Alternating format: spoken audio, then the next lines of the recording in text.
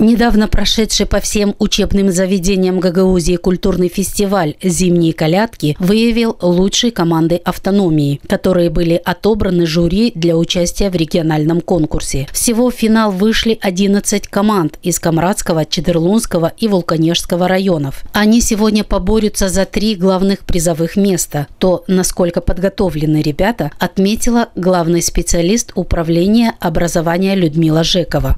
Очень хорошо и красиво выступили и подготовлены лицей Дизгинжа. Ну и остальные те коллективы, которые принимают. Это Камрадского района. Если говорить о Чедерлунском районе, яркий это лицей имени Барановского, села Копчак. И вообще в Копчаке оба лицея заняли призовые места, и оба лицея представляют себя. Что смогли? Мы привезли колядки, которые нам помогли найти священник из села Гайдар. Очень старая, и, надеюсь, зрителям понравится.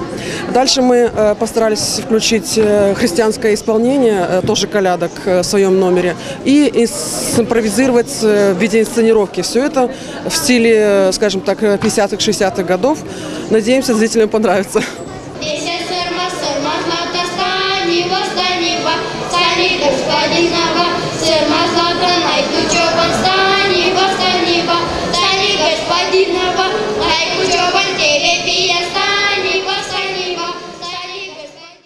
Отрадно, что фестиваль «Зимние колядки» был организован Управлением образования АТО Гагаузии совместно с Камрадско-Кагульской епархией. Протоиерей Георгий Ботнарь отметил, что лучшие выступления учащихся будут поощрены архиерейскими грамотами. Во-первых, есть финансовая поддержка, финансовые призы, и есть архиерейские грамоты. Это такая, сказать, высокая такая награда церковная, которым мы будем награждать и действительно поднимать стимул детей к этому стремиться и дальше это развивать.